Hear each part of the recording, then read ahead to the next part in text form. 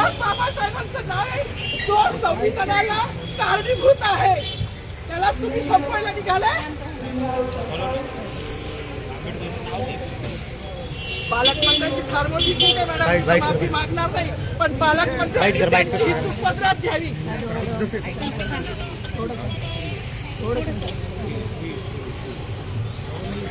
मला मीडियाशी घेणं नाही मॅडम, मला सस्पेंड केलं, मी माळूचे गाड्या उपसी, मी माती काम करीन, पण बाबासाहेबांची ओळख पुसून येणार नाही. मला सस्पेंड करायचं करू शकता मॅडम, बाबासाहेबाला संपवायचं काम करायचं नाही. 26 जानेवारी 15 ऑगस्ट मध्ये मी नाही मानत, पण लोकशाही मॅडम तुम्ही सुद्धा संविधानामुळे आहात, पालकमंत्री सुद्धा पालकमंत्री संविधानामुळे आहे.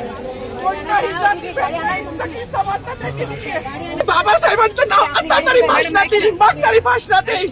ज्या लोक संविधानाला लोकशाहीला कारणीभूत नाही त्यांची नावं वारंवार घेतली गेली, मग जो संविधानाला कारणीभूत आहे तो प्रजासत्ताक दिनाचा जो मानकरी आहे त्याचं नाव भाषणात का नाही.